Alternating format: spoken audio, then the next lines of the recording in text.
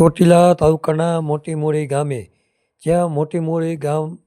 શાળા નંબર 1 અને 2 અને બળિયા અને ચામુંડનગરની અંદર જ્યાં શાળા સરકારી આવે છે તે શાળાની અંદર જે મોટી મોરી પંચાયત દ્વારા જે ગ્રાન્ટ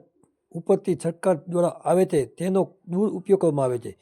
જે સરકારની ગ્રાન્ટ આવતી હોય ખરેખર જે સુવિધા દેવાની હોય એ સુવિધા આપવામાં આવતી નથી અને આ પંચાયત દ્વારા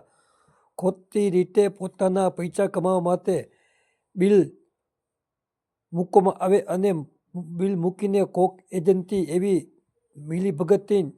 બતાવે કે તેની બિલ ખોટા પૂરા રજૂ કરીને પોતા પંચાયતનો પૈસાનો ભ્રષ્ટાચાર કરવામાં આવે છે. અને એવું લાગે છે કે જ્યાં મોટી મોરી ગામની અંદર ચારે શાળાની અંદર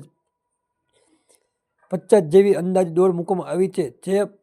બજાર કિંમત રૂપિયા 750 રૂપિયા હોય અને તે કિંમતની દોડ ગ્રામ પંચાયત કોઈ ભારત એન્ટરપ્રાઇઝને મિલીભગતથી તેનું બિલ મૂકીને એક દોડની કિંમત 4,500 થી 5,000 રૂપિયા ચૂકવામાં આવે છે. જે દોડની કિંમત અંદાજે માર્કેટમાં 750 રૂપિયાની હોય ને આ લોકો મોટી મોટી પંચાયતની ભેગા મળીને અને પંચાયતના સભ્યો મળીને